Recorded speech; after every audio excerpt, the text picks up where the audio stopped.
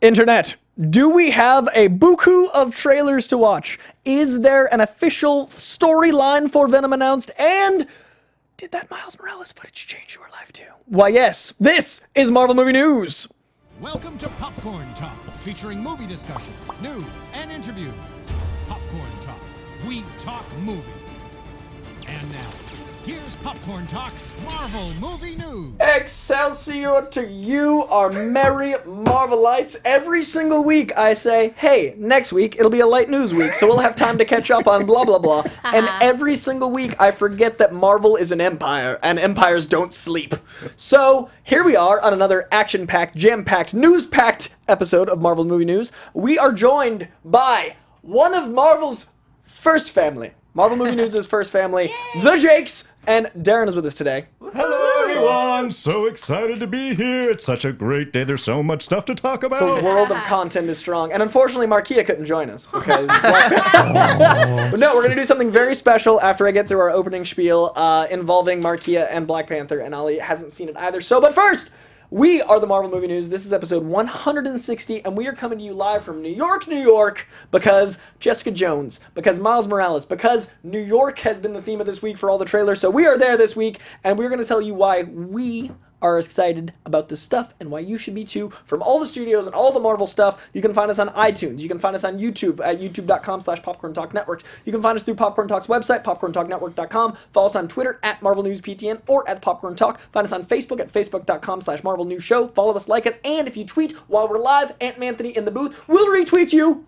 Hello everybody, hello Marvellites, how's everyone doing? We've got so many trailers. I have yet to see Jessica Jones trailer nor the Spider-Verse trailer, so I am so looking forward to everything, and Markia and Oliver have such a special treat going on for them, which we'll get to shortly. Stay tuned. So he's got the best TV because he can watch it actually while we're watching it. I So love that. Apparently he's seen the Black Panther international trailer. and the one of all of us have except two people on the couch. got the bug. One might say, oh, he's definitely got the bug.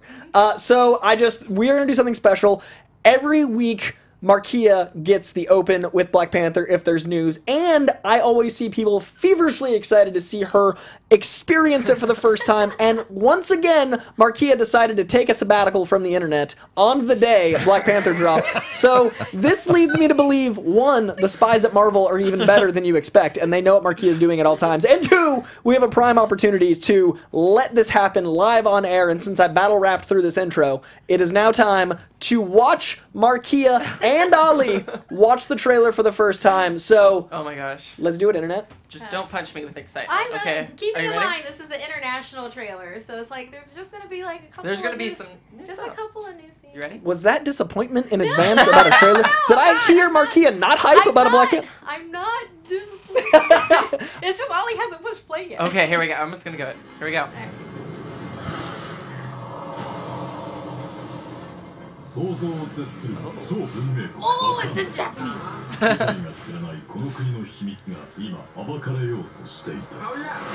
Okay.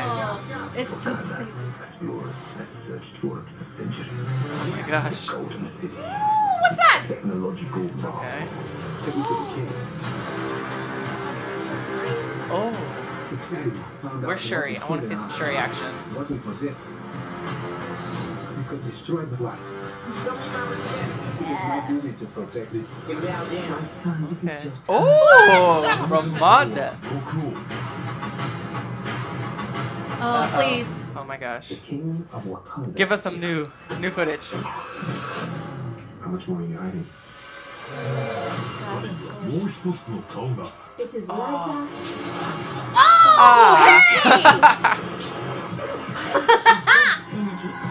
Nice. For redistribution. I knew Shuri made it. Come on. My entire life for this. This is better than that. Oh! The world's gonna start over.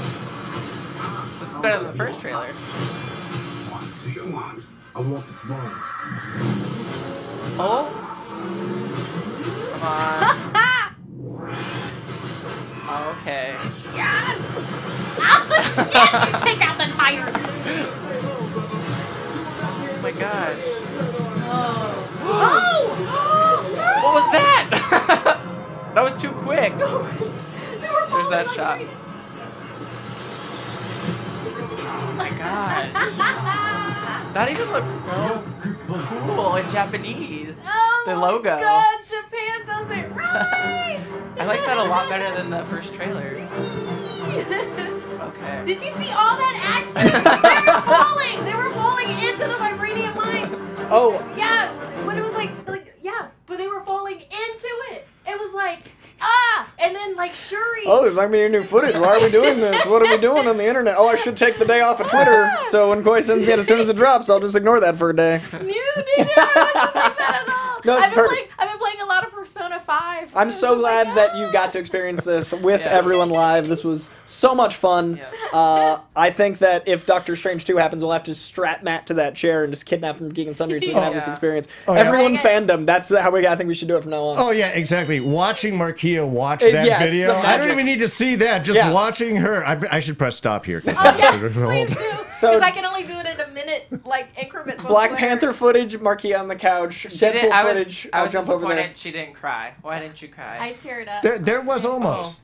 Oh. Okay, there's a tear there. Yeah, there were a couple of shots where it's like, I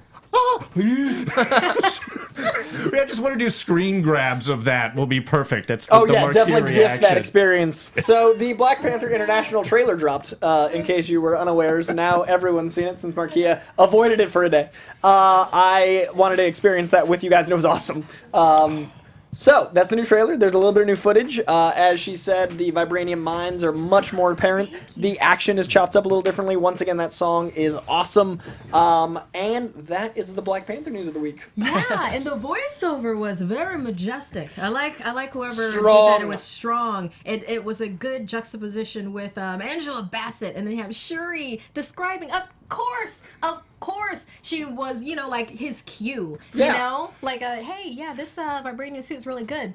When our father was using it, how about I tweak this up and let's turn this to 11? I like that it felt like a James Bond movie for the first 2/3 of the trailer. To me, it was like that tone of espionage and suiting up, and like it all felt like that old 70s, but obviously the tech of today, James Bond, and then it was like, and it's a superhero movie. I love that. Yeah, it's a spy thriller. Yeah. It is. Oh, no, and it's on a diplomatic scale, like a global scale. Oh my God, it's going to be so good. They have done such an amazing job of setting this up, the whole tone of this show to be so different from everything else, and yet what you would expect from Black Panther. Yeah. I mean, it's a perfect translation, I think, of the character and all of the casting. It's just, I can't wait. February. I know, it's like 2 months. We're only like a few shows away. Like once a week we have this experience, and soon it will be time. So the live chat's very excited for you to experience it. They want us to film you in the theater, which is very illegal. I don't think Marvel Movie News will exist anymore if we film a Marvel movie in the theater, because we'll all be arrested and Marvel will find us. They want me to ruffalo it. Oh, yeah, exactly. That is the new trailer, and it's got a little bit of new footage. We're all excited, and Jessica Jones also has a new trailer. Yes. Speaking of trailers, so if at all possible, could we get that queued up onto the TV in here? Ooh, and we're going to watch along. Show. Trailer Day is upon us, so we're going to check out. Watch along with us. Get some popcorn. Join us. It's been too long. It's been like 2.5 years since we've seen Jessica. Right? Other than Defenders, of course. That's true. But full on Jessica Jones. All right, let's do it. Netflix logo, Marvel logo, New York logo. Now, I love that shot through the camera because Alias felt great because you felt like you were a detective with her, and the opening of this trailer puts you right back in that world. There's hints of purple, and of course Barracuda, which is great I like use. that they chose this song because it's so ridiculous to me. Because when I hear this song, I think of Charlie's Angels. It's just got that aggressive rhythm. Yeah, but aggressive, but kind of It's fun, yeah. And I love the use of the camera in this, like, so many times, because it reminds you she's a detective. The amount of purple, the release date March 8th, very exciting, by the way. The fact that we have this shot, my favorite shot in the trailer, she rips open a David Mack art piece. David Mack drew the covers of the comics, and then Jessica Jones uncovers David Mack art. Power comes great there you go. Like, Spider-Man in quote. I really liked when she's in the hospital and or she's whatever. There's something on the wall and it has highlighted her as sole survivor, and I'm like, ooh, what is that? Yeah. And she talks about having killed someone before. She talks about and we know because we've been following this Purple Man's coming back, but I love the trailer didn't show him I like the mystery of the teaser. Yeah. Wait, coming back, I thought it was more like he's going to be like a mental alien. That was my theory. Yeah. We don't know what he is. I think he's, you know, the monkey on her back. I assume he's good and evil, kind of like the devil on her shoulder, but I don't know. Well, and they've done a great job of, you know, I love that they are showing us more of the investigation stuff, more of the actual Jessica Jones character. But they don't say much of anything else. You get the hint that she's going to be looking into her past, that we might be getting some background to how, you know, she got her powers and everything there.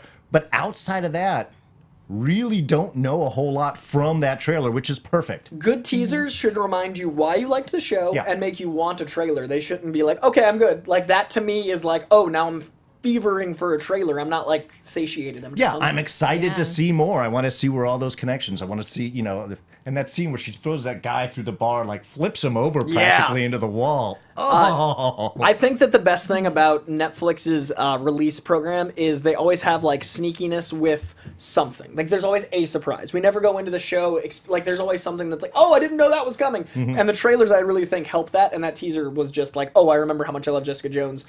Tell me more. And the David Mack thing is so funny to me because I just love the idea of Jessica Jones and like the artist that made her covers. Like to me, that's just beautiful kismet. And we don't have to wait that long for it. March 8th. There is a Marvel property every month in 2018 but January.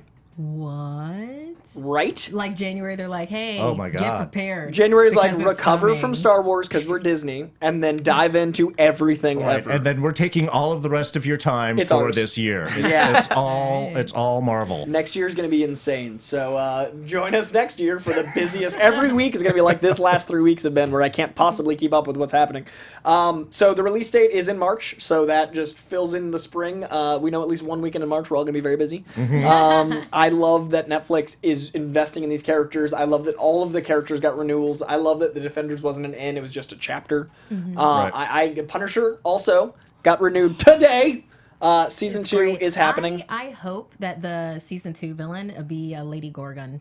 Oh, I'd love that. I would really love for them to go there. I mean, they can dial back the the metaphysical They can do whatever they need to. They can dial back, but having his like main villain be like this. Awesome. She's just awesome. She's so great. Have it be her. And then maybe she doesn't die. Maybe she ends up meeting Elektra. Maybe she ends up, meeting Colin Wing later on. Whatever. But it's like she would be such a strong character. Totally agree. And the first season of both of these shows was so strong that there's no doubt. Like, I love how quickly they renewed Punisher. I love how quickly they renewed Jessica Jones. Like, we already have a trailer. Like, these things are... The Netflix is just cranking them out because the people have spoken. Like, if something's good, we want more, and they keep giving us such good content. So I love the Netflix Marvel Universe. Like, it's arguably my favorite little corner of TV. So, dope. Speaking of what's coming out in the spring, New Mutants! Oh my gosh. Yes. So the New Mutants, they had a trailer shown at the Comic-Con experience in Brazil, which got us a lot of news. They got us Venom news, which we're going to talk about later on. But Brazil dropped a lot of knowledge on us. So to everyone that got to go to the Sao Paulo Comic-Con, I'm real jealous because that seemed like a time. Like I wasn't prepared for like literally last week I was like, it's going to be a light news week. And then Sao Paulo, Brazil was like, how about San Diego happened? Deal with it. So at the Brazil Comic-Con, they showed a clip of New Mutants wherein the film's 5 leads, Magic, Mirage, Sunspot, Wolfsbane, and Sunspot, are in an abandoned hospital room with a chair and a lie detector, and they decided to play a game to get to know each other better. To me, that is the dichotomy of young adult and horror, which is exactly what this property needs. I haven't seen the trailer, but I'm already like, yeah, please. Magic is much more confident and rebellious than she appeared in the first trailer, and she decides to start the game herself and reveals that her mutant power is killed 18 men, one by one. So that's a charming introduction to a major character. And the actress playing her, Anya Taylor-Joy, stole the show in The Witch. Have you guys seen The Witch? Yes. No, I haven't seen that one. Haven't seen it. That was a spooky movie. Her in this, and as that level of like, So, and then also cool. She was in Split. If anyone saw Split. She was in Split. I did see Split. Yeah. Split? I liked Split. Okay, so really good. Yes, really it good. was a really good sequel. Her, slash prequel. Yes. To what's coming. I cannot wait for the third installment and that stuff. I'm interested. Did you guys know the posters line up? If you put the Really? if you put the Split poster next to the Unbreakable poster, the cracks in the glass go together. Oh, wow. Awesome. See, I love things like that. Clever. That is just that pays off to people that are really 100%. Paying attention and are really dedicated to real fans and just Next week in M. Night Shyamalan news. I really enjoyed Unbreakable. Oh yeah. So I'm like, that's probably my favorite Shyamalan one actually. Well, because it's like a comic movie that isn't a comic movie. Exactly. And look at us. Hey, we're doing Marvel movie news. We like comic movies. It's amazing. The teaser also the New Mutants teaser also cut to a scene of Magic turning her arm into metal, similar to Colossus, her brother, and her hand is sword covered in blue flame. Goodness gracious. Yeah. This teaser sounds incredible. Yeah. We did not see that in the first trailer at all. It was just strictly horror, so it's cool that it's also going to incorporate, what these characters are and what they're capable of. Well, I like that they slow reveal mutant powers. Well, it's that blending, it's that layering of things. Yes, it's a horror base, but now we have the superhero genre modifier to it. So, it's giving us all these extra levels and layers on top of it that I think is the perfect way to be moving forward with all of our superhero movies.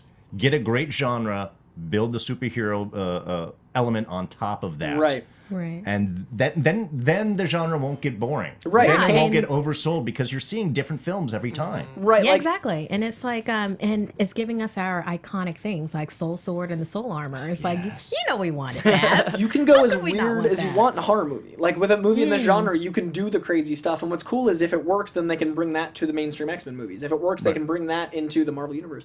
If it works, you can have all these things that are tried and tested in the weird out there. Like I don't think they knew how popular Colossus and Negasonic would come out of Deadpool. Now in the sequel, they're like, oh, we know that these characters work, they can bring them back. But if something didn't, it's cool to have these separate little pocket universes coming together. Yes, it's good to try new things because there's so many Marvel things that you can try. Storm movie. Storm movie. That can happen now. That can happen.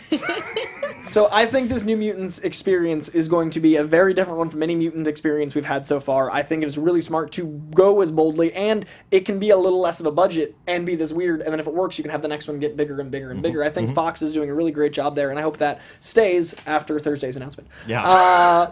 And the New Mutants sequel, which is apparently already moving and grooving, might be set in Brazil, which must have been very exciting for the Brazil crowd to experience that knowledge live in their world. Like, can you imagine just being in Sao Paulo, Brazil, and be like, hey, we're going to set the next one here? Like, awesome. I think the Sao Paulo Comic-Con, I think, may be coming like the new, fall or winter, like San Diego Comic-Con, because they've been breaking a bunch of stuff there the past couple of years, I think. And it's just, I'm really excited. It snuck up on me again. It's cool. It brings in a whole different crowd, a whole new layer where people can be like, yes, we don't have to run up the U.S., we can see it in our own country, we can see it in our neighborhood. I actually prefer that. I mean, everything's very North America-centric, and let's be honest, USA-centric. That I'm A-okay with there being like big things that are happening otherwhere in the world, because it's a really good excuse to go. So at least for that. Well, and like these are characters that are international, and superheroes should be worldly. So I love that the exposure of these developments is worldly. Like I agree with what you're saying. If these are everyone in the world loves Marvel properties. Everyone in the world should have that first experience. Right, and it keeps that inclusivity, which is what we all want. We all want heroes we can identify with. So bring them to the world, and we will eat it all up. And here we are talking about it and being jealous of not being at Brazil. Like, I want to be like, why can't I fly around the world seeing new Marvel properties drop? Like, I want that. I think that's great. Yeah. They also had a new promo image drop paying homage to AC/DC's Highway to Hell, which I think is what a great I was thinking the same thing. I was like, this is AC/DC. I just looked at it at a glance. I was like, this is AC/DC. Well, because like Highway to Hell is the plot. Like, what a great nod to both a classic band and the plot of the movie. Like, you have a demonic force, Highway to Hell, and also young audiences will appreciate this. And how much fun is that? Like, Fox's advertising, like Fox's promo campaign cannot be touched. Yeah. I love everything they do. So yeah, this image makes me real happy. I love how Cannonball just kind of looks like he's in a different photo altogether. Cannonball's dealing with some stuff back there. Cannonball's had a run. Cannonball just got back from the Upside Down, and now he's just dealing with the world. There it is. So yeah, I love that image. I think that's a great choice. And speaking of great choices, the animated MCU universe, you guys. That came out of nowhere for me. Did you see that? Something else. So good. Yeah, I saw that. I was just like, well, I'm sure Koi exploded. So many characters I love. We're going to get to the biggest animated story of the week, but first, I got to say, this Secret Warriors team as an animated, like, first small little vignettes and then leading to a feature film, and the team is Miss Marvel, Miss America, Squirrel Girl, Quake, Spider-Gwen, Inferno, Patriot, Exile, and Captain Marvel teaming up against Hala and... What? Like, how did this just... I didn't hear anything about this, and all of a sudden, all of the new characters are like, oh, we're doing a team, we've been developing a movie, and it looks incredible. Who's big? Who do people like? Let's just throw them all in together. Oh, y'all like Lockjaw? He's in it. He's there, too. The Tippy Toe? He's sure. in. Yeah, they're there. Yeah. It's like, oh my God. And you know, something with this is that, let's not forget that all of these animated movies, like the little animated, and like talking about DC with like, was it a Return of the Red Hood, you know, for instance, and there's so much that can be conveyed and animated. Even the Suicide Squad, the animated Suicide Squad was really good. Oh, DC's been running the like they've been trouncing Marvel on animated. Like DC animated is so good. It's good to see them be like, oh, hey, we should probably pay attention. Yeah. So I'm glad that they're doing this. They're turning it up. Yeah. I enjoy seeing animated movies. I mean, I assume that it takes less time for them to crank one of those out. I'm not certain because I've never done an animated movie. Like more time, wouldn't it? Would it take more time? It. Well, I'm not sure. I mean, don't they have Internet. Like a lot of computers? What's the average time? Does it take longer to do animated movies, or does it take longer to do? Well, Pixar takes like 7 years. Well, that's Pixar. Well, I mean, yeah. I'm talking like the smaller. I don't know. Chat room. Go ahead. But in any case, yes, more animated. Well, that so would be fantastic. they're doing 6 4-minute digital shorts and then a full film coming in 2018. So I think it's really smart. And this also, in the end of Avengers, when everyone dies, it's a great way to see which characters people like. Everyone dies. Yeah. Infinity War. Well, and that's everyone dies. And that's the great thing about the animated properties, which I think Marvel can really, really lean into, is because you can tell so many different stories. You can sort of experiment and see, what do people like? What are they gravitating? Oh, they like these characters. Let's throw them in and see how people respond. And because they're separate from the MCU, you can then take those and go, all right, this worked, this worked, this worked. Let's move that, I definitely think that's what they're doing. Yeah. I definitely think it's a clever way to do it, and I definitely think that these are all characters that are new-ish to the Marvel Universe. What better way to try them out than in a way that is in their home turf, so to speak? Like, animation is a few steps from comics, so it's a really smart way to tell whatever story. Like, you can do a lot with animation. Yeah, and I love the fact also that Chloe Bennett is doing the voice of Quake. That's perfect. I love that tie-in. Just Agents of S.H.I.E.L.D. Yeah, I do love that it ties in. Oh, and by the way, audience, we know how good the Agents of S.H.I.E.L.D. episode was last week. Unfortunately, I am not as well versed in Agents of S.H.I.E.L.D. as many are, and I do not want to disrespect the audience that loves it. Last week, we had an Agents of S.H.I.E.L.D. minute, but the internet hated us. We had a very special message from Zach Wilson, Doom, but we couldn't get it to work. So that thing I kept alluding to was that last week. We're going to try to get a few lined up, and then in coming weeks, drop like 3 minutes of review. We didn't forget Agents of S.H.I.E.L.D. We love Agents of S.H.I.E.L.D., and you guys, it just, life did not find a way. So...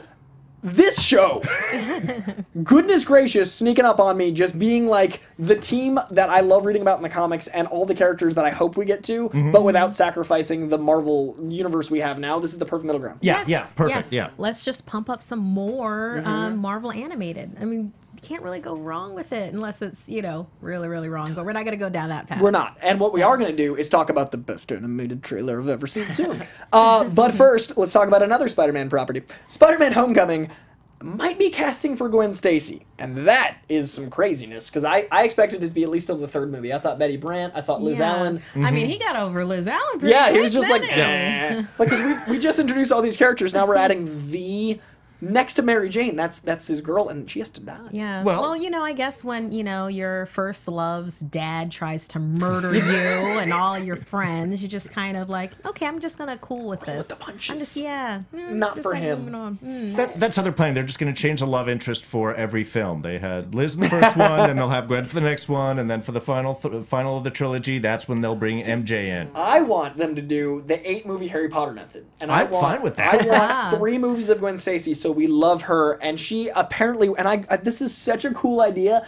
The idea is to have a French actress, foreign exchange student Gwen Stacey, and there's something about like the French language and the French accent that just says love. Like there's that like passion there. So the idea of like this French Gwen Stacey to me just goes straight to Spider-Man Blue, like the Jeff Loeb story. Like the Tim Sale Jeff Loeb always looks like French art to me. It has this like poetry and flow and like beauty in it. If they have a French actress, like I already love her. Like I think that's such a clever. Every French audience member, I love you. No, but I just think that like there's something to the language, and I think that's such a cool idea. And we were saying earlier, introducing other cultures. Yes. Why does Gwen Stacey have to be American? She doesn't. Foreign exchange student is such a cool way to introduce a new character. Oh no, it's wonderful. I love them opening up all of these ideas. I love Zendaya being MJ. I know a lot of people have some different viewpoints, but I thought she was perfect in the role. Oh my God, she was so good. Yeah, like she embodies it. Like she's a tiger, you know. So it's like that's what it worked. So yeah, bring in foreign again. Let's have some inclusivity. Let's have some representation. Let's change things up. And I want to love her long enough that when she dies, I feel it. Yeah. We loved Emma Stone and Andrew Garfield because their chemistry was so real. They were actually dating. Like that happened in real life. So when she went, it still felt too soon by a movie for me. Like 2 movies, I mean, obviously we're not going to get another one, but like that still was like, oh, we just met her. So I'd like to have like that Harry Potter experience of growing up with Gwen Stacy. So when she goes, like it's heartbreaking. So to be like, what's his name? Cedric Diggory? At the end of the Triwizard Tournament, and it's just like, boom, and he's gone. You're like, no. He's so attractive. What? No. I loved his looks. He was trying to be such a good person. Yeah. And Robert Pattinson was so good as Cedric Diggory that you instantly were invested in his death. So I'm very excited for the idea of Gwen Stacy. Personally, I know that some of the internet's upset because we just had Emma Stone, but we also just had Spider-Man. So I think Gwen Stacy is very important to the mythos of who Spider-Man is, because her death, in real life, her death ended the Silver Age of comics. It's one of the most important deaths of all time. So the fact that they're laying the seeds now, great. And I want to see her before MJ because that leads into MJ. So I think this is very exciting. Yeah. I mean, the development of their relationship. Right. I know we have MJ, but you know what I mean. And they are saying that the film is set to start shooting in June in Atlanta with a wrap in the fall-winter of 2018. So that lines up with the movie coming out every 2 or 3 years, post-production, all that jazz, and Tom Holland still looking young. Right. Very important. The Spider-Man Homecoming universe is quickly shaping up to be our like fun little young corner, and I really like. Oh, it's cool. It's the kids' table, but it's like grown-up kids. Yeah, like the jokes are. It's like when you watch like Emperor's New Groove or like one of those comedies where like the jokes hit like different levels. So and like when you do a rewatch and it's like, oh, how did I miss that before? Oh my gosh. That's a little bit adult. I love Emperor's New Groove. So underrated. Isn't that great? Oh, Eartha Kitt. Oh my gosh, Yzma. Kronk is one of the best Disney characters ever. Kronk is awesome. I love Kronk so much. And you know what? We can talk about Disney because Fox and Disney coming this Thursday. So Kronk's gonna be a Marvel superhero. So speaking of Spider-Man, Super Kronk.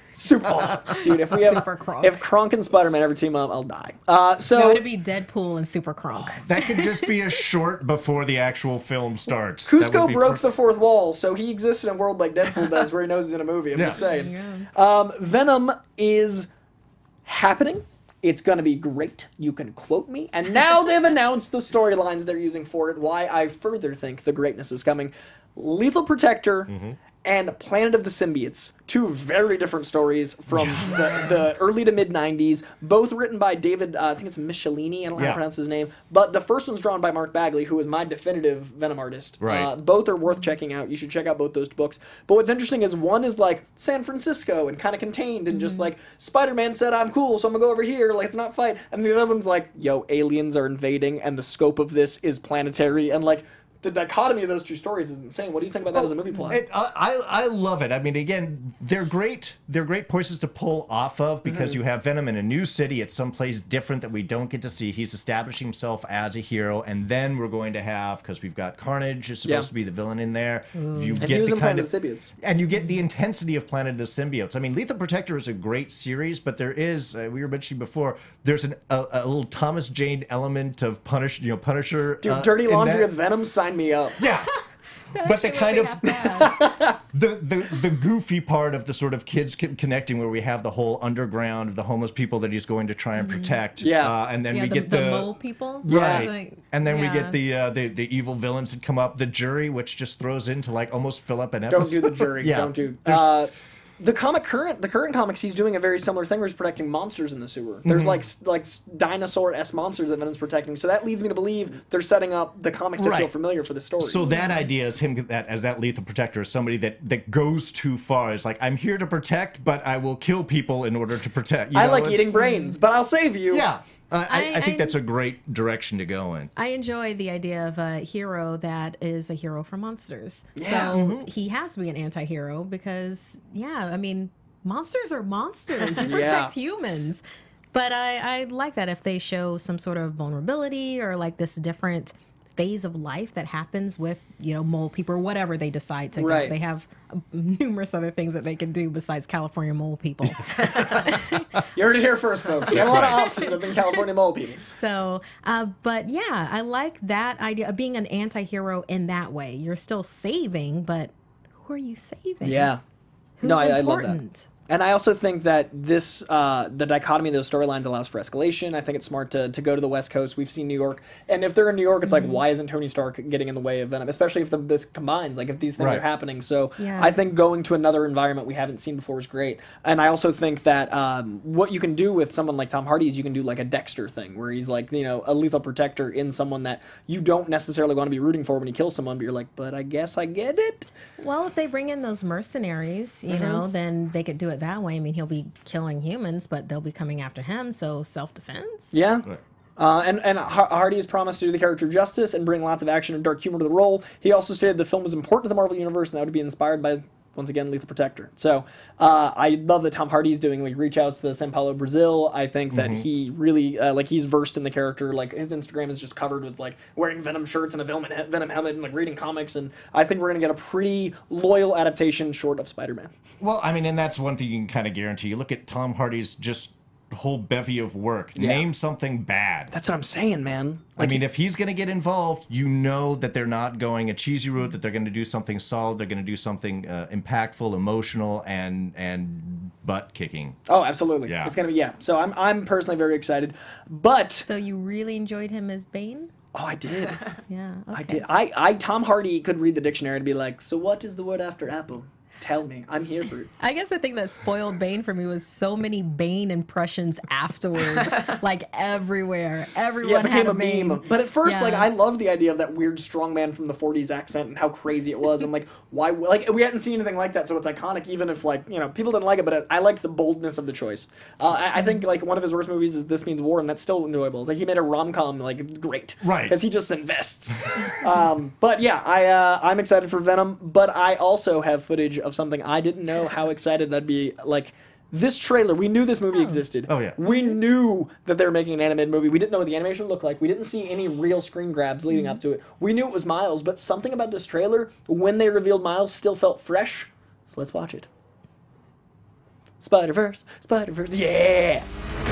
Oh, the Spider-Sense! Look at the colors. Did you see how they they flashed the pop art to comic? Yes. Oh. Also, the score is perfect. This New York looks like our New York, but also comic. Right. I love the color palette that they used for it. And Sony Animation made this like DreamWorks-esque scope. This animation is so pretty. I didn't know how like powerful this trailer could be. I'm not like as big an animation, and this is everything. Well, they got such an excellent use of color and shadows and subtlety. And speed. Look at that shot of Spider-Man. Like the fast motion, slow motion, the neon, the near future. It's like Tokyo and New York. Yeah, yeah. And then the spider sense. Like this is absolutely, that's one of my favorite Spider-Man images of all time. And I like, what? Yeah. Something I love is how you can tell how new he is at it. Yeah. Look right there. And he's there. so like, it's so endearing. That's one shot and I love Miles. You give me 3 seconds and I love Miles Morales. That's all I need. And the logo being the Spider-Man logo from the 90s. So how many of us are there? And freaking Peter Parker's here! Spider-Verse means we might make it all 42 Spider-Man in the Spider-Verse. I didn't even know Miles Morales was the Spider-Verse until this trailer. And that was the wonderful thing. With that last little statement, they blow open all of the possibilities that you can do right there. All of the spider possibilities, all of them. Before the Spider-Verse even existed, do you remember the interdimensional travel the 90s animated series did, where he met like Iron Suit Spider-Man and Six-Armed Spider-Man? Like there was an entire arc. Oh, wow. We did that before the comics did it. Dimble. Right? Remember that? And so this could be that in cinema. Give me that. Yeah. Well, They've already got all my money. Yeah. What else am I gonna give them? Like, there's no Your conflicts soul, of interest. Darren, we want your soul. Okay. Here, if that's gonna be the result. But like we have no conflicts with that. So Like you- you can do any storyline in animated. You can do it's just so beautiful. Yeah, Yeah. I want them to bring in some Madam Web for it. They totally could. I really enjoy Madam Web. I know I think I've said this before, but it's just she's so crafty and she's like old woman crazy, and I really enjoy that. It's old woman crazy. And a perfect connection for the multiple Spider-Verses and such. Most definitely. You can do so much, and I love that Miles Morales is getting a theatrical release, and that we still also get Peter Parker in a form, so they can have the legacy aspect. I love that Miles Morales looks up to Peter Parker, and we can do that with Spider-Verse. He can be dead. The opening shot is him at Peter Parker's grave. know. That can exist, but you can also have that mentorship. Like, it's the best of all worlds, and Miles is the lead. We get a cinematic Miles Morales. Yeah, you know, something that it kind of reminded me of the first time I saw it. You remember Force Awakens when they did like the smaller like teaser trailer where it had a stormtrooper running through the desert and it's like and then he takes off the mask and is Finn kind of thing. That it kind of reminded me of that. Where it's just like, oh, okay, you're seeing one thing and you have something set in your mind and then it's somebody completely different. You're like, oh, reveal. Okay, thank you for expanding my universe. Because when I watch it with people, they don't know. Like, if you're not, like, addicted like we are, you just see Spider-Man, you're like, oh, it's Spider-Man. When everyone I've watched it with, because I've shown a lot of people, when he takes the mask off, they're But like... he's so young looking, he's so small. Why would they think that was Spider-Man? Peter Parker was 15. Yeah, but I mean, he looked smaller. Yeah, I'm sorry. I guess for me, with, like, Peter we Parker... know, like, you know what I mean? Like, we know that's Yeah. Miles, but the average, like, most people I've shown had no idea, so that was a cool moment to see people experience that Miles reveal. So I love that trailer. Yeah. No, it was perfect. It's the color palettes, the action, everything. There's that anime feel to it, and yet total Western computer animation level to it as well. It's pretty great. Yeah. This is quickly becoming one of my biggest movies of 2018 out of nowhere. Like, it just, I knew I'd be excited. I didn't know. I'm not an animated guy. I try to be. I'm working on it. I love Samurai Jack. But, like, I can't watch cartoons. Like, I struggle. And this is everything. So maybe this will be the branch. There you go. The animation's cool because it kind of almost looks like stop motion. Yeah. And we have literally, like, a year until it's released. It comes out December 14th, 2018. So we have, like, a year for that film to Any come bit out. of news that drops, I'd be all over. This is so much to me. Also, going off the animation, when we revealed his face, like, I couldn't help but think of The Walking Dead, the Telltale series, like that sort of animation style. Yeah. I think they might be using like the same kind of like a graphics engine or something. And Shamik Moore of Dope is Miles, and Dope is such a good movie. Oh, yeah. And like, I think he's gonna be a great Miles. I also, my dream is not gonna happen. I would love if we introduced other Spider-Men from other Spider-Verses, and it's Tobey Maguire and Andrew Garfield. Can you imagine if we got? It's not gonna happen. Like, this is just the pipiest pipe dream, but that'd be the coolest thing. What if they get the original voice of like the 90s animated Spider-Man? Sign me up. Oh my god. It'd be just so like, what an Easter egg. If you're doing that, then you got to go all the way back and find who did the original 70s The old canon animation. films? Yeah. And just have the totally cheesy looking Spider-Man. Just even as just a background walking by going, This so is much. just turning to a Space Ghost episode. Oh, yeah, yes, just full cracked out fandom. They said Spider-Verse.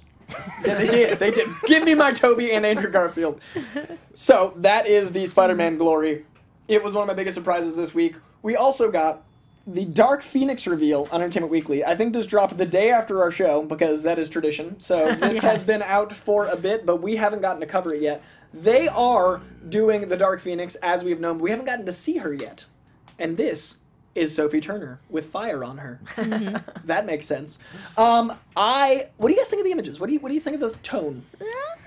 Well, you know, I guess I wasn't as on board as other people were. I don't know, just seeing all that cracked and everything. Yeah. It was just, I don't know. That was just it was a bit much, and it wasn't necessary to convey what it is that they want to convey.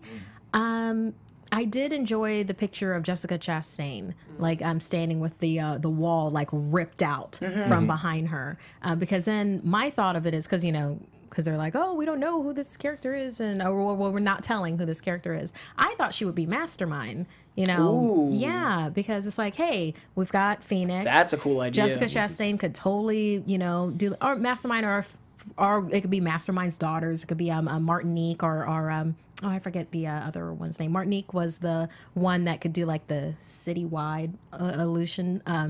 hallucinations. But in any It should be case, Jen Weingard instead of J. Like, yeah, there's a lot of like. I like that idea. Yeah. So, but it's like I kind of saw that happening, and it's like I mean, Jessica Chastain could do Victorian era anything. Oh yeah. So that would work too. So for me, I really enjoyed that picture. While with this one, this seemed just a little bit too 90s movie for me. But then, you know, Entertainment Weekly tends to go. Their photos always lean a little right. you know, sensationalism. They try to get the poppiest image, which I get. They're appealing to the everyday moviegoer, not to comic fans, because they want everyone to be excited. I guess I just wanted more vulnerability and more realism. And is that weird to want that for a comic book? Not after Logan. No. Yeah, I want this to be devastating. I want to go to those dark places with Sophie Turner as, you know, Dark Phoenix. And I want then for that to just be the explosion of rage, and we see that Phoenix like force come out. Yeah. And I want it to be, I don't want it to be the girl on fire. Yeah. You know? So the girl with the Phoenix tattoo? Yeah. Yeah. Yeah, but no, that would not be good. Yes, but that's just me personally. But I think that's one of the issues that you have, kind of like what you're talking about with wanting Gwen Stacey to have a few films under her belt before we end up killing. I think that's the downside that we have. I love Sophie Turner. I love the work that she has done. I love her in Game of Thrones. I love the character choices that she makes.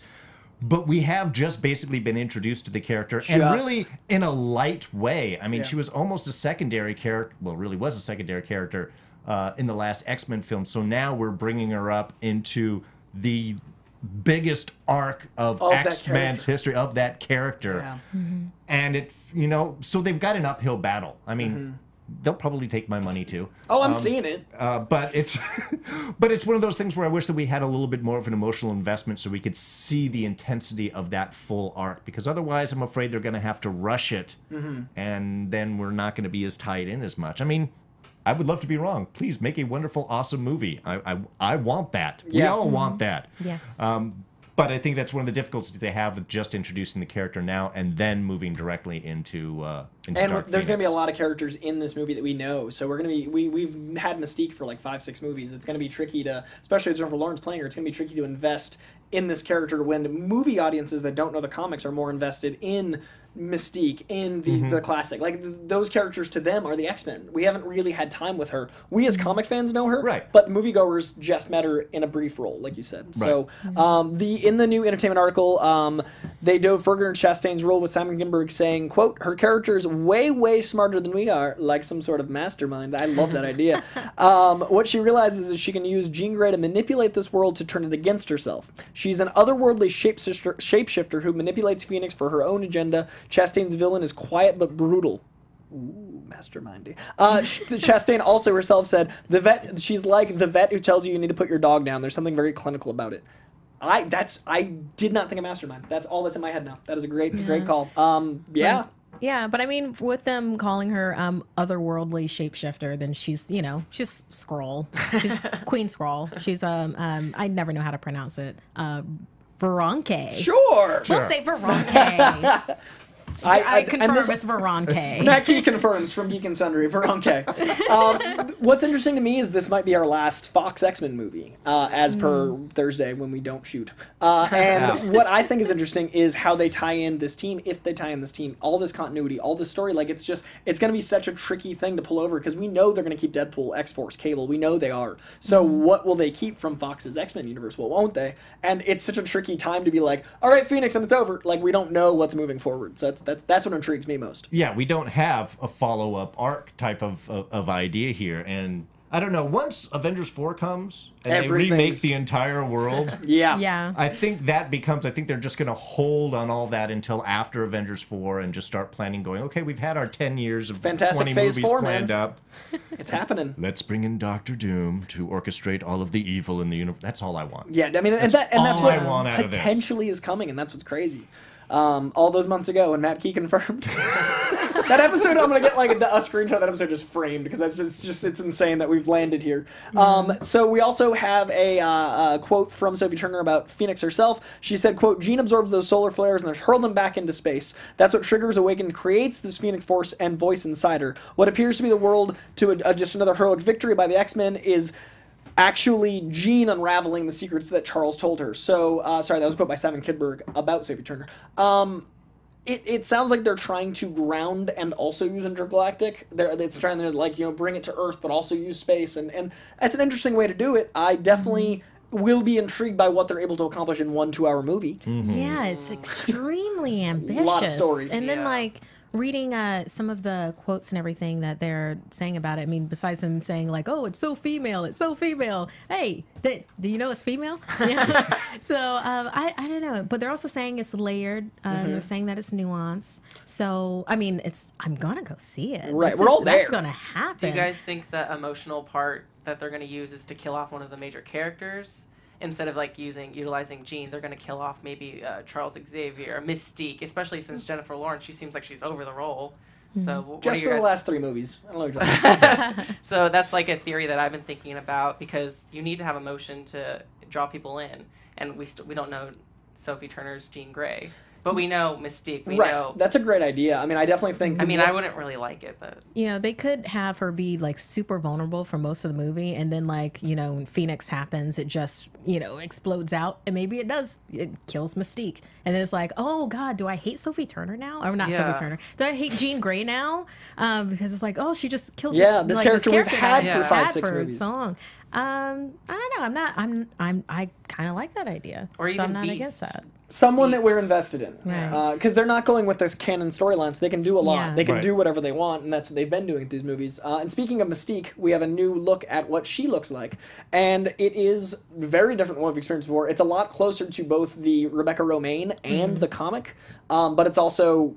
to me, very bunch of CGI. You can tell it's not the suit anymore. One of the things I always loved about the old X-Men was how incredible Mystique looked in that suit. Like, I was always like super impressed by like the practical suit because it looked like skin because it was. Right. Yeah. So I'm a little worried that in motion this might not hold up as well. But it obviously yields faster shoot times. It obviously they filmed that movie in 2 days, so it allows for this sort of thing. I don't know. What do you guys think of the new look of Mystique? I mean, I think that it looks fine. I think they're probably going to be just having her as Jennifer Lawrence. A lot. A lot in order to overcome that. I don't know. I said I'm fine with it. I'm not sure how much she's going to be because, like you said, we do have so many other characters. Because we still got Scott. That we've got Ty Sheridan, who's got to bring up. Awesome as Scott. Yeah, and we have to have all of these new next X-Men that we were assuming would have been their plan to be the next real X-Men team coming forward and moving the other people back. So, I think that it all looks good. I'm curious who they are going to kill because they do have to sort of take some people out. But yeah, I think that it looks good enough. Yeah. So I want to end on an up note. The Phoenix story is our most maybe of the stories this week. We obviously got actual footage of Spider-Verse, actual footage of Black Panther, actual footage of Jessica Jones. So it's not on our rundown. I want to briefly talk about what we think is going to be announced as far as Fox Marvel. Just theories before we head out, because this is the most exciting story. If Thursday happens, the rumors Thursday, the rumors, all that stuff going down. We don't know if it's actually real. We've heard that Kevin Feige had a different plan for X-Men. There's quotes on the internet, you should check them out, that Feige had a totally different trajectory. Feige's the one that did Wolverine's hair and convinced them to go that crazy. Kevin Feige has been pro X-Men and is yearning for them. What do you think we might get as far as a Fox Marvel deal?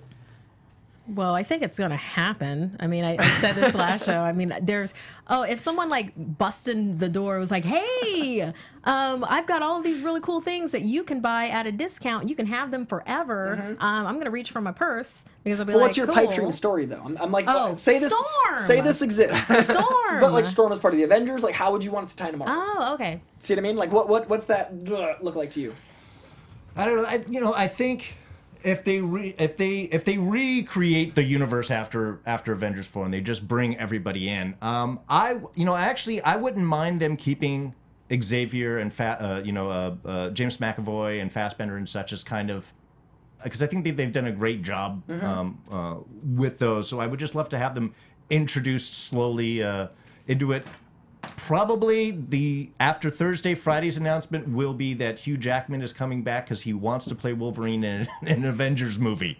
That was the one thing that he said, that if he would come back. So I think that's going to be, he'll cameo in Avengers 4, Avengers 5, and then be able to move on after that. What'd be cool about the Reality Stone is you can restart the X-Men universe in Marvel continuity, and you could also still have Hugh Jackman before it restarts. Yes. You could have the moment where we get our cake and eat it too, where we have all these characters we've been invested in. We have your McAvoys, you have your Fassbenders, you also have your Ty Sheridans and all these actors that are just new to us in the Marvel universe, and then Reality Stone, and then my pipe dream is have them in Phase 4 right as it starts, Reality Stone, and then recast the original 5, do this the Beast, Iceman, Jean Grey, Scott, Angel, and then you also, by the end of the movie, have Krakoa, and then you have Storm, Colossus, Nightcrawler. You have that Uncanny 94. So by the time we get to the solo X-Men 2, we have the team, the iconic 90s Jim Lee team, but we give a nice tip of the hat send-off to the Marvel X-Men Fox thing. Well, that's why I think actually a version, not the exact one, but a version of the first Secret Wars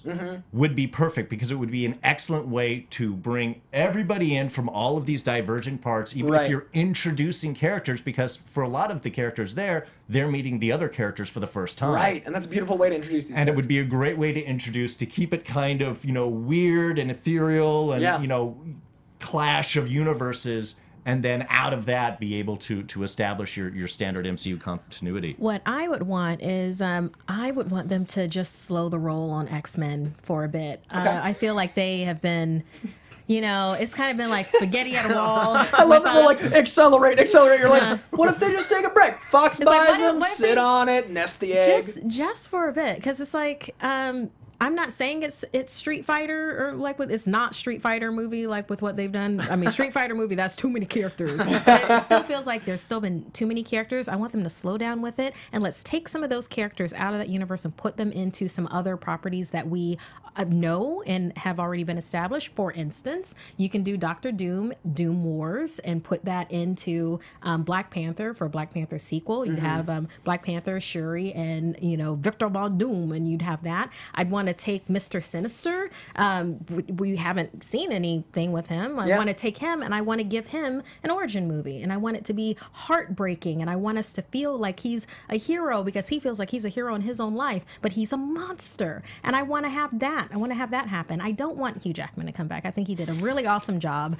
Really great actor. I want to he's paved the way for somebody else. Yes. So, and along with this, I want them to pull some other characters out and do what Marvel has done with this characters, where it has been doing cross-genre. The thing that X-Men and Fox has been doing is that they make superhero movies.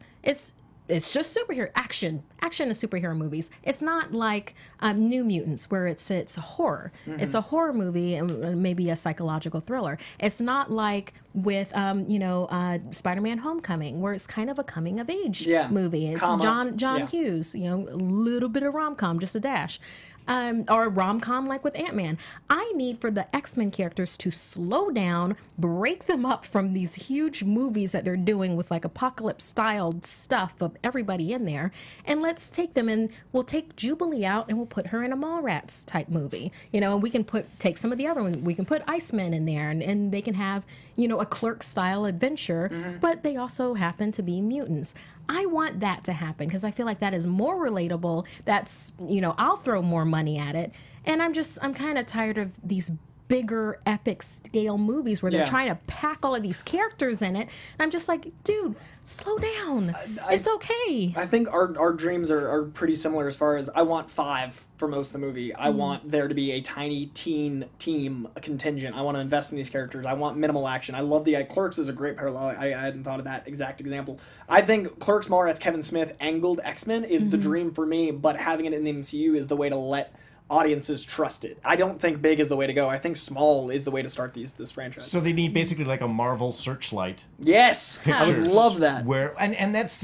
And that's because you need to preserve the New Mutants, the Deadpool, the stuff that is so different from a lot of the Disney Marvel properties, and go, no, those are working. Stay with those. Those are valuable. It's a way to test things and do something different. So yeah, smaller little films. And being afraid of X-Force would be fun. Like if the X-Men were afraid of the mercenary team of X-Force, like, because they're going to come out after. So I love the idea of like Cable being like the boogeyman and Deadpool being like the crazy uncle you don't let in the house. Like those things can play because there are going to be our X-Men going forward. They're not going to stop those properties. Yeah, something that I feel like Fox has forgotten, or maybe they just didn't know in the beginning, or maybe they're just realizing it now.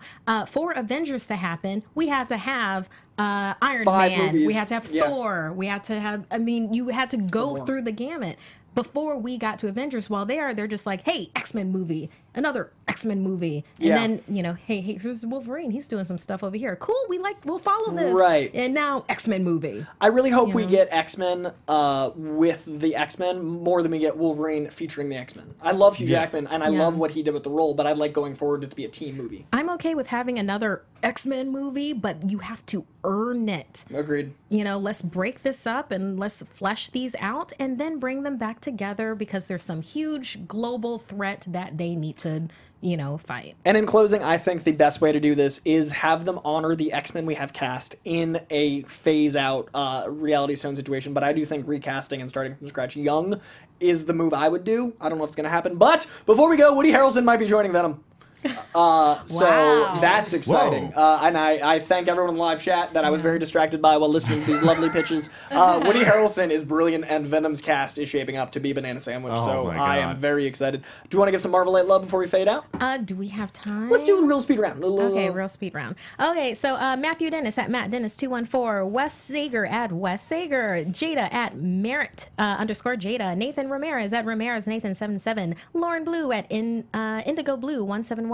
Tim Chapman at Chim _ Tapman, Aaron Wilkerson, hey Aaron, at Aaron Wilk, JJ Lang at JJ Lang tweeted, the Cholo Nerd at Cholo _ Nerd, Peter Newton at Coach JKD, and I want to do a special shout out to River, who gave us Christmas ornaments, and we have their corgis. So cool. River is Marvel Movie News' first daughter. First family's daughter. Absolutely. Daughter of Darren. With and thanks so much, River. X-23 cosplay, right? Mm-hmm. That's right. Yes. Iconic. So before we head out, I wanted to thank Entree Human, who told us that in Sweden and some European countries, the Runaways actually plays on HBO, which I did not know. That's really exciting. That's cool. So if you guys want to check it out, it might be on HBO in your country. So that's exciting. And we want to thank Ryan Sands once again for coming on. That was such a cool episode. Yes, Ryan, so thanks, cool. dude. That was rad. Yeah, Runaways is kicking Runaways it is out. such a good show. I mean, seriously, watch it. This past one, Tina Minoru, Oh who's my my favorite. So this last Brittany episode Ishibashi. was the finale for this season. They had like a little mid-season finale. So we're gonna talk about that next week, because this week, once again, I'm gonna say it every week. Next week might be less news. But this has been an incredible show. Thanks so much for joining us. Where can they find you on the internet? You can find me on Twitter and Instagram at Darren Jakes. You can also find me on YouTube at D's Reviews. Great. And you can find me on Twitter and Instagram at Markeia McCarty. That's MarkeiaMcCarty. I will post the video that Darren took of me watching, apparently, watching the international Black Panther trailer. I'll post that today. And if you love comics, tune in Friday, twitch.tv/Skybound. We'll be talking about the weekly releases for Skybound and Image. And remember, Skybound and Image, they bring you such things as The Walking Dead and Birthright and Outcast, which is Demon Possession, and Saga. Yeah. So yes, we will be talking about those weekly releases. So join me then at 1:30 p.m. Sir? Guys, I'm Oliver Drennan. Follow me on all social media platforms at Ollie Dreamer, and tune into the after show for Runaways on AfterBuzz TV on Tuesdays. Tonight's the night. We might have a special guest. We might not. Tune in to find out. And you can find me at COYJANDREAU on Twitter and Instagram, where I do Insta reviews. And this week has been so much news. I have 10 of them prepared, so I'm going to try to crank out a lot because it's been insane. And I also have a thing that I did with another runaway today before the show that I'm excited to announce when I can announce it, and it's exciting. So thank you guys so much, and hopefully next week we have, you know what, I want more news. Give me the craziest week ever, Marvel. Bring the trailers. And we'll see you next week. Thanks, guys. Bye-bye. From producers Maria Menounos, Kevin Undergaro, Phil Svitek, and the entire Popcorn Talk Network, we would like to thank you for tuning in. For questions or comments, be sure to visit popcorntalk.com. I'm Sir Richard Wentworth, and this has been a presentation of the Popcorn Talk Network. Views expressed here are those of the hosts only, not necessarily reflected. Popcorn Talk Network or its owners or friends.